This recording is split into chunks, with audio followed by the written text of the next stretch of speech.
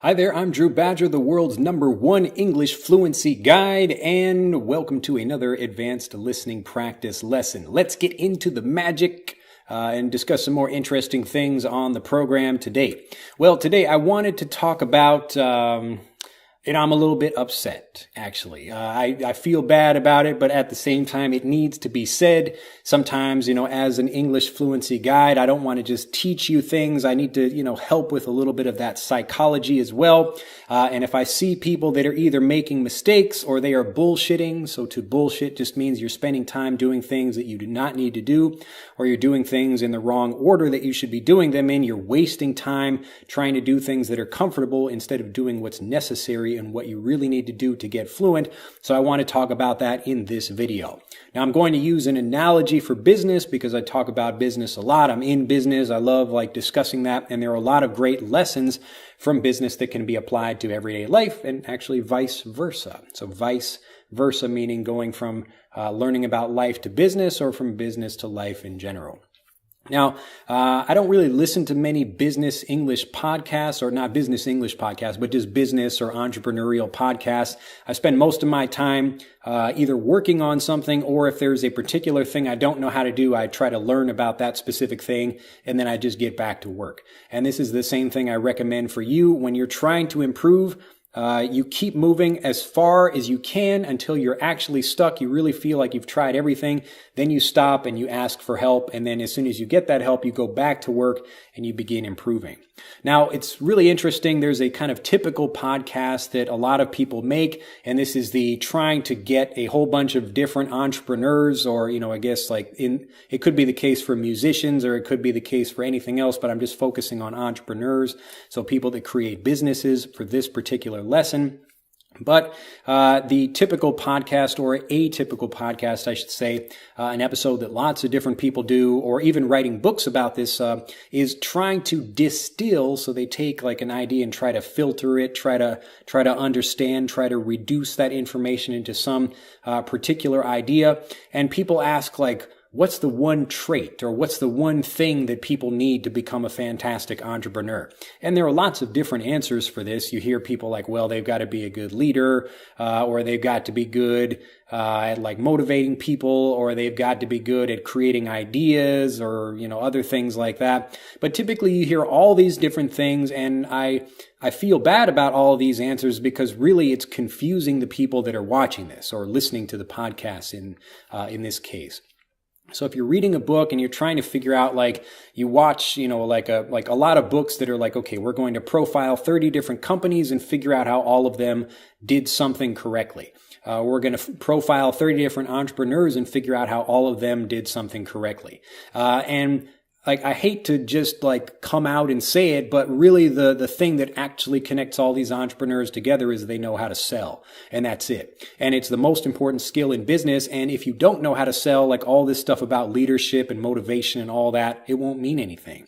But nobody really talks about that. And it's an interesting thing. And I think a lot of the reason that people don't talk about that is because it's the least comfortable thing for lots of people to do. So it's easy to sit and talk about, let's talk about motivation and leadership and trying to focus on what your why reason is and all these other things that you think are really important. But a business is only a business if you're releasing some product or service for money. So other than that, all this other stuff doesn't mean anything unless you actually have a business that's producing something in order to earn money from doing that, because that's what the definition of a business is.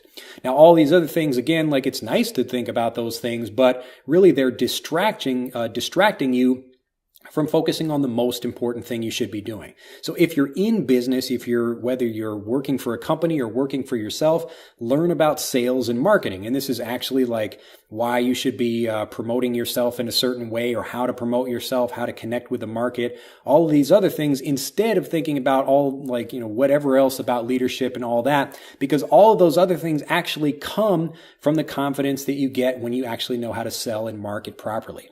So instead of focusing on all these other things, focus on just that. Now, the analogy here, the reason I'm bringing this all up is because we get the exact same thing for people trying to learn English. Now, what's the one thing that connects all the people that are really successful, that are English learners, and they become actual fluent speakers? They speak. That's it. They're not sitting around trying to remember grammar rules. They're not trying to do like lots of listening practice exercises. They speak. And you'd be surprised that in the same way that when you're talking about sales and marketing, if you just focus on that, sales and marketing drives a great product. Sales and marketing drives great customer acquisition. Sales and marketing drives everything else. And it creates a leadership position for you in the market if you do it properly. So it helps you create a great product if that's what you want to do, as opposed to, well, again, we could talk about how to do business, but I'm not really talking about that or focusing on that here in this podcast, but here in this lesson. But the interesting thing here is that people spend a lot of time trying to focus on other things because they're comfortable. It's easy to sit and think, okay, I'm going to open my textbook over here, and I know I spent 13 minutes or I spent half an hour or even 2 hours reading through this book, and it made me feel better about my language because I spent some time doing that. But this is the wrong way to think about practice. This is a waste of time. What you really should be doing is you're learning some information and then you're getting out and using that information as much as possible. Again, using this 80-20 of spending 20% of your time learning and 80% of your time at least, going out and using what you're learning. So all of these things, if you're spinning your wheels, which is a great English expression, it just means you're like a hamster in a wheel where you're running, you're moving, but you're not actually getting anywhere. So if you feel like you're spinning your wheels, it's typically because you're trying to do things that you're comfortable with instead of stretching yourself, instead of moving into the things that you should be working on that are less comfortable. So when you're in business, like trying to develop a great website or trying to, think about what exactly your company name or your company logo should be. People spend all this time thinking about those things when all they really need to do is focus on sales and marketing. Because when you focus on that, from the ideas you get from working directly with your customer base or your potential customer base, that's where you get all the ideas for a great product and how to produce something that a lot of people want to buy and all these things that really guarantee success in a business. Whereas thinking about your logo and what your website looks like doesn't. Now, these things, again, they're fun to work on, but they're just not that important in terms of business and they're not necessary as well. So think about that in the same way for learning English. Focus on speaking. Speak, speak, speak. I can give you tons of different tips about how to do things from listening and pronunciation improvement to all kinds of other skills that you might get. But the people that go out and speak, no bullshit. Just get out and speak. Say hello to people when they walk by. When you get an opportunity to say something to someone, say it. So that's my best advice. Sometimes people need a little kick. They need a kick in the ass to get going. So hopefully this is your kick in the ass for today. If you're sitting around just watching videos all day, I'm happy that you're enjoying the videos, but I'd much rather you get out and actually speak. So learn something from a video like this, turn off the video, then get out and practice. Have a fantastic day, and I'll see you in the next video. Bye-bye. To continue learning, click on the link in this video to download Speak English Naturally, our free guide to speaking and sounding like a native English speaker. The guide reveals the 3 most important kinds of conversational English you must learn if you want to sound native, and will help you experience instant improvement in your fluency and speaking confidence. To download your free guide on a mobile device, click on the link in the upper right of this video. To download your free guide from a computer, click on the link in the lower right of this video. I look forward to seeing you in the guide.